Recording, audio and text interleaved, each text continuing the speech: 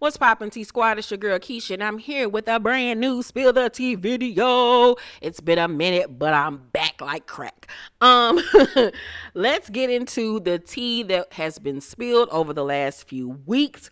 Let's talk about the Saweetie, and Quavo elevator gate video. I don't know why these damn people don't realize that there are fucking cameras in fucking elevators. If y'all don't get somewhere and sit y'all asses the fuck down. Like, what the fuck are you thinking? I guess they aren't thinking. So if you haven't saw the video, here's the goddamn video. They're seen tussling. This is supposed to have happened in her apartment building. In the beginning of the video, we see Saweetie swing on him and try to grab the Call of Duty case. He then flings her backwards into the elevator.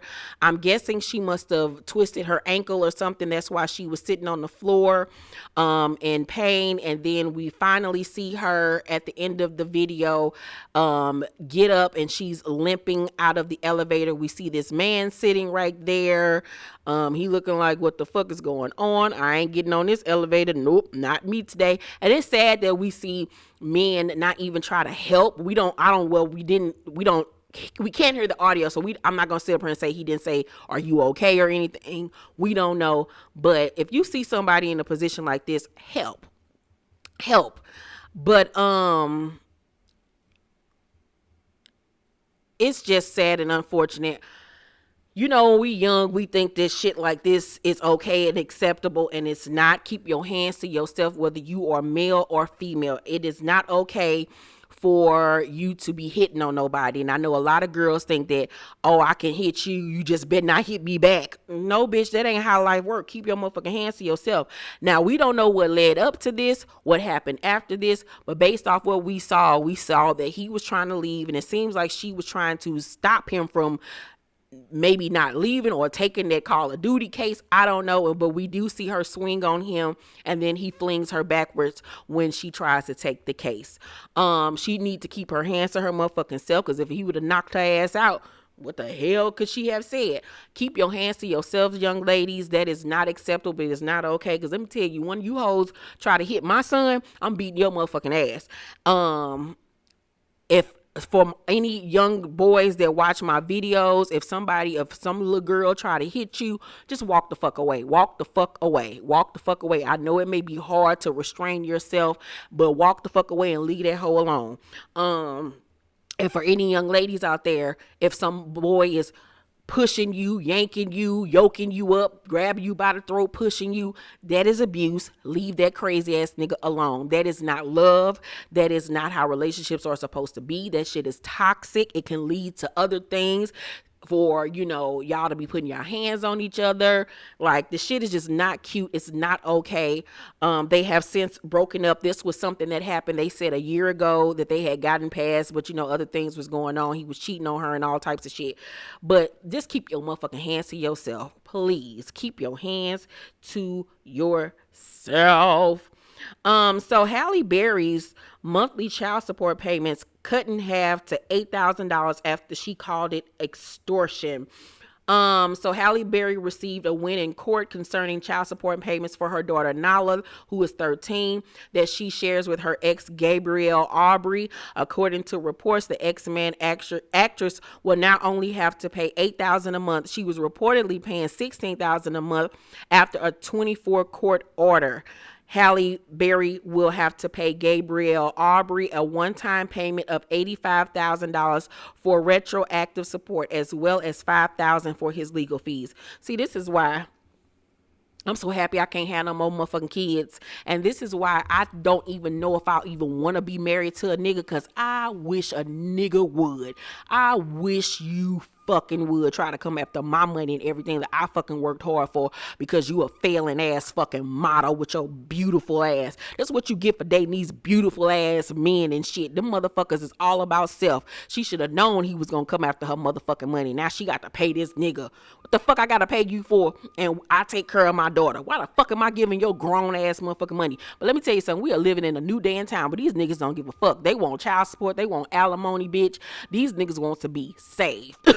I wanna be saved. Like these niggas want to be on some could I save her? Like these niggas do not give a fuck. They ain't got no shame in their game. They don't give a fuck about you taking care of them. It's an easy, quick buck for them. All I gotta do is fuck you, have a baby by you, and then I'm getting money off you or marry your ass for 5 seconds, and I take half of everything that your ass worked for. Girl, you cannot trust these motherfuckers. I'm happy though that her child support payments got cut in half because $16,000 a month, that is fucking ridiculous. Hell, $8,000 a month is too much for my ass. Get your ass the fuck up and work, bitch. Yeah. Keep your legs closed. Shit, fuck that. These niggas is cutthroat nowadays. I wish a motherfucker would. So, Sherry Shepherd was on the Breakfast Club, but she told this very interesting story that I had never heard about Cat Williams. So let's take a listen. On TMZ and be like, oh. No. I think a lot of people don't know about Cat is he's very, very generous. Like he had a big mansion in the hills. And he took in Yvette, and she had her own room and bathroom, and he really just cared for her for a long time in this. But, you also had to go past the bodyguard who had a gun, who was sitting there. When you went to Cat's place, you always felt like it was going to be. Because you might see he really him did. On TMZ and be like, oh. No. I think a lot of people don't know about Cat. That's really dope that he took in Yvette Wilson. If you don't remember who Yvette Wilson was, this is her. She played on The Parkers. A wonderful actress, so funny, and that's so beautiful to hear that he took her in and took care of her in her last days. You don't hear stories about that often, especially when it comes to black men, unfortunately. So shout out to Cat Williams. That was a beautiful thing that he did, and may she rest in peace. So y'all know all this stuff that's been going on online with the City Girls and Lil Uzi Vert or whatever, that little ugly ass nigga that looked like a fried shrimp. You know that the live video happened where JT was on live with Carisha, and he asked to speak to Carisha, and basically was saying that they ain't gotta fuck with each other and da da da da da da da da. Everybody, JT was in the background telling him he was doing too much, and everybody was like, why is she allowing her nigga to talk to her best friend like that? Carisha really wasn't giving much. She was just like, okay, Uzi, we ain't gotta like each other, who gives a fuck.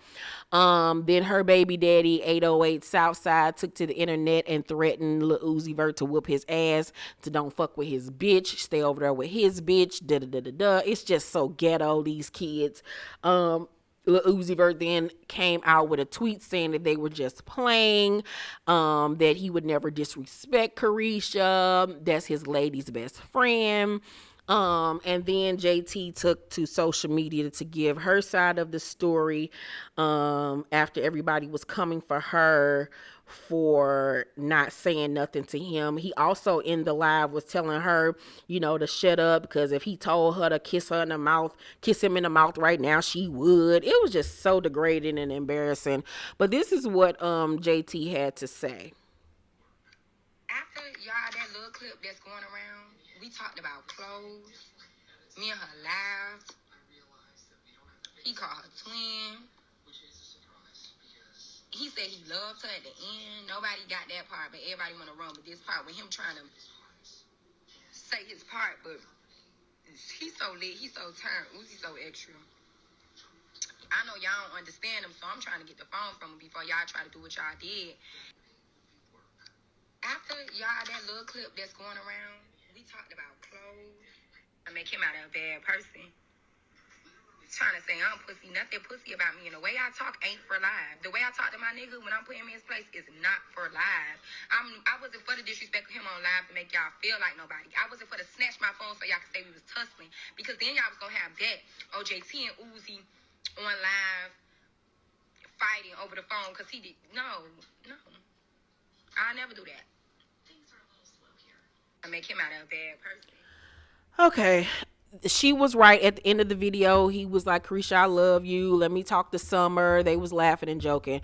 But you can tell that there was some seriousness with that. If there wasn't any seriousness, then 808 Mafia, whatever the little nigga name is, wouldn't have then taken to social media to threaten to whoop his ass.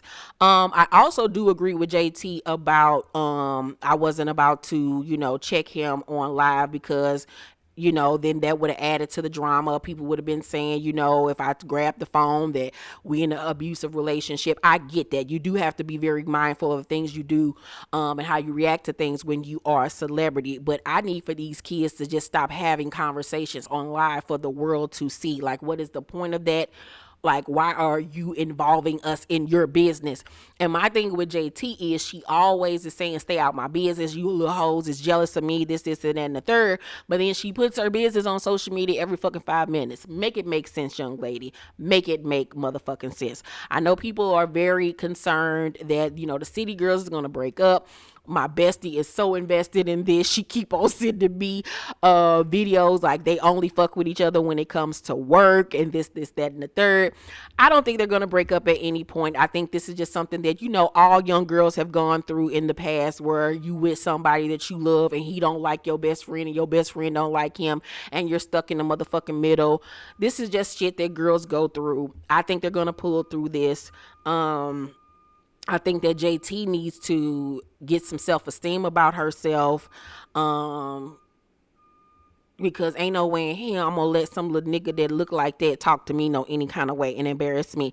And why the fuck are you dating a nigga that wear the same clothes that you wear? Like, I just don't understand. Maybe that's something that she like, child. Maybe she like the fact that they can wear the same clothes, that they the same size, and they can go shop in the same department. I don't get it. I don't understand it. I don't understand how you dating a nigga with a fake ass pink rhinestone on his forehead, because anybody that believes that that little nigga spent $24 million on a fucking pink diamond is out of their mind. I googled Lil Uzi Vert's net worth. His net worth was like 25-30 million dollars. So you really think that he spent all of his money that he has worked for on a fucking pink diamond? That shit so motherfucking fake, and that shit is not encrusted in that boy head. That little fake little dribble of blood that he had coming down his forehead with some fake ass blood, that shit is not really implanted in his forehead. That shit is glued to that motherfucker. The little nigga is weird, bitch. He think he Age of Ultron. He think he one of the motherfucking Avengers or some shit. Boy, if you don't get somewhere and sit your little crazy looking ass down somewhere. She's stupid as hell dating a nigga that's walking around wearing a Claire's rhinestone in the fucking middle of his head like he going to prom. But hey, she like it, I love it. These kids is fucking retarded. They all stupid and I ain't got time. So Dr. Dre's mistress must come clean about him, child. So Dr. Dre has 3 of his mistresses, Jillian Spear, Keely Anderson, and Crystal Rogers, testifying about him during his divorce trial. Reports say that a judge ordered all 3 of Dr. Dre's mistresses to come clean about their relationship with him during his marriage. The 3 women tried to stay out of the divorce mess but didn't have a choice after Nicole Young, his wife, won a round in court granting her access to their names and information. Sources at the Superior Court state each of these women have information relevant to the issue of support, along with the fees and the enforceability of the alleged premarital agreement. Here are photos of his mistresses. This one over here, my nigga. What the fuck? That 5 head. God damn, her forehead big than a motherfucker. Like, shit. Well, his wife had a very oblong face too. Like, that bitch had an octagon shaped face. He like funny looking hoes. Like, girl, take his ass for everything he got, because I don't feel sorry for this abusive ass nigga at all. Get his ass and take him to the motherfucking cleaners, bitch. He needs to have all his money taken away from how the fuck he did Miss Chalet. Fuck that nigga. So let's talk about Jen Shah, child, from the Real Housewives of Salt Lake City. You know that she was arrested. Her and her assistant were indicted by a federal grand jury on fraud charges. Here is a video breaking down exactly what she did, that I found on TikTok. Do I still have the video breaking it down, or did I delete it?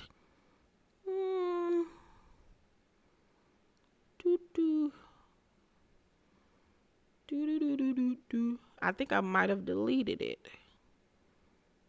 God damn it. I had a whole video breaking down exactly what that damn criminal did. Uh,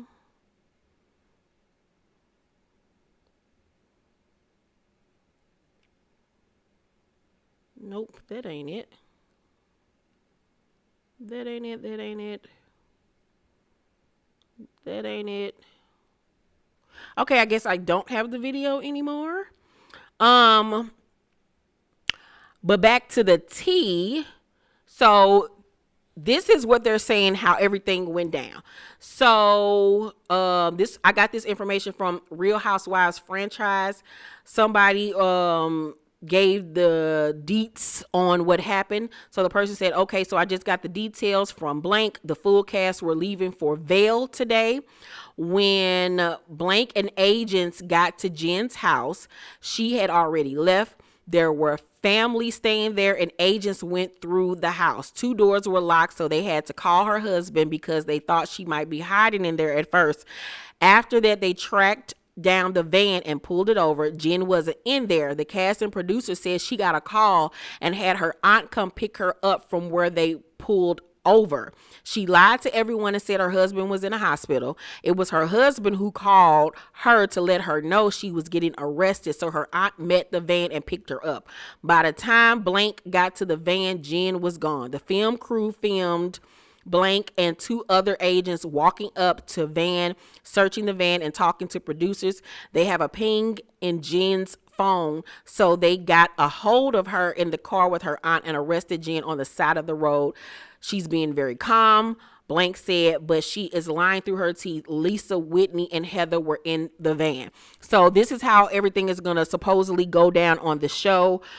Child, I knew that bitch was crazy. I told y'all that lady was fucking crazy. There was also audio that came out about a month ago of her being secretly filmed berating her clothing designer, this guy that was supposed to have made her reunion dress.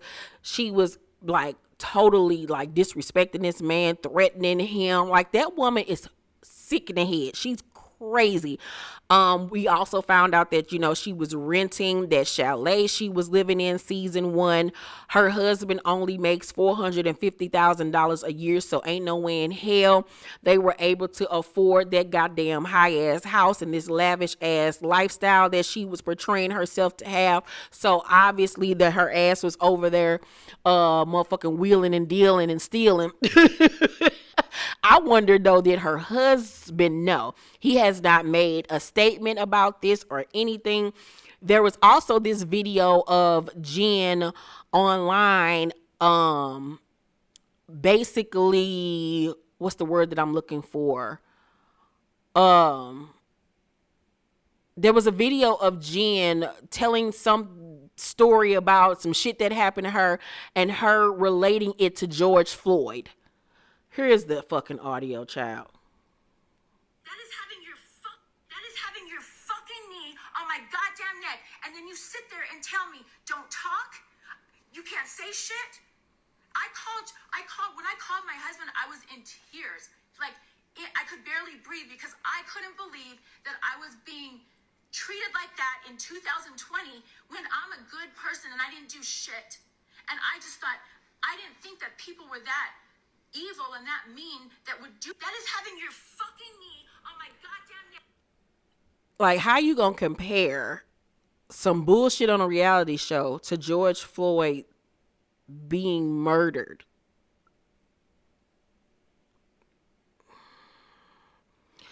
The day she got caught and arrested, sis was serving us black fish, honey. She want to be black so goddamn bad. Here's a photo of Jen in her regular state. This is how she naturally looks. Let me show you how Jen looked the day she was arrested. This woman is a whole black woman. You can't tell this lady no different. She is a black woman. Her name is not Jen. Her name is Jacinta. Like, I don't know who this lady is, but you know, she thinks she is black for real. Like, she think that she is like a black girl. Like, this woman is fucking delusional and crazy. Remember on the reunion when Heather outed her for calling her Shrek and this, that, and the third. Well, I have the text message thread that she got aware of, that she became aware of, and in the text message thread, you see somebody saying, "Bitch, you would," and then Jen say, "Hey, white girl, stop doing white girl shit and shut the fuck up and take a seat next to your best friends Karen and Becky in the back row." Somebody says, "Why are you the only real bitch?" She says, "They're fake ass white girls. Lisa is the only other person I can fuck with. The rest think they're actresses. Bitch, you ain't a fucking actress unless you are auditioning for a manatee or Shrek." And that was her talking about Heather. But this girl really thinks that she is a black woman. Girl, if you don't get somewhere and sit down. And in my last story for today, on last week's episode on Owns, Behind Every Man, it was based on Faith Evans and Stevie J. And on the show, Faith Evans discussed how when her and Stevie first started messing around, he had told her that he wasn't fucking with nobody else. Him and Joseline were over, for her to then find out that they were still messing around. And that's when she left him alone. Well, Joseline didn't take too kind to her talking about her on the show. And let me see. What did Mama have to say? She then wrote in a post, this old bitch needs to keep the bricks out her way. I ain't been with that man in 4 years. I'm happily with Ballistic Beats. Every time my TV show's about to drop, this old wore down melted bitch got something to say to stay relevant. Bitch, you a hoe. Your own husband told me and my husband last week you cheated on him with young niggas, and you do all the time. Now talk about your crazy ass kid that almost killed Bonnie under your watch. I have your husband on recording begging for my forgiveness because Bonnie could have gotten killed by that animal you call son. That's why she's never been under your care since. Bitch, go make a song. And FYI, you've been sucking Stevie dick for years before I dropped his sorry ass. Bye ho, and go watch my 3 TV shows that are currently playing on national TV and streaming in networks. I'm tired of being nice. Wow. Y'all know Faith Evans is one of my favorite singers of all time, but when she called that woman a melted hoe, like so disrespectful and so rude.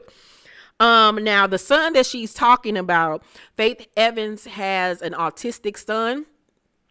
Or I don't know if he's autistic or is he just mentally disabled. But regardless, she said that animal you called a son, that was going too far. Way too far. Totally disrespectful. I can understand you feeling some type of way if your child was put in harm's way because of this young man. But you know that he has a mental disability. So that wasn't right. That was not right for her to say that. She shouldn't have even went there. That was a gross thing for Joseline to say. That was some fucked up ass shit for her to say. But you know, like I said, if Bonnie Bella was put in harm's way because of Faith's son, that is something that she needed to apologize for, and I would have been pissed off about. Because you know my child was in your care, but Joseline just went way too far calling that boy an animal. That was just nasty and disgusting. Jeannie Mai and Jeezy got married. They had a beautiful ceremony. I love their wedding. It was so nice, so pretty. Congratulations to them. And that is all the tea that I have for you guys this week. I hope you guys enjoyed this video. Make sure to thumbs up this video, like and subscribe, and hit that notification bell button. Also, make sure you check out my luxury haul. I spent over $5,000 on some Gucci, some Louis Vuitton, some Christian Dior.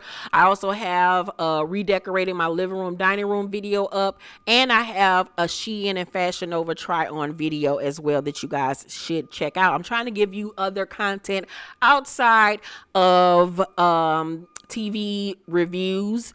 So please support. Please support. And you guys, I'm almost at 40,000 subscribers. Get me to 40,000 subscribers, you guys.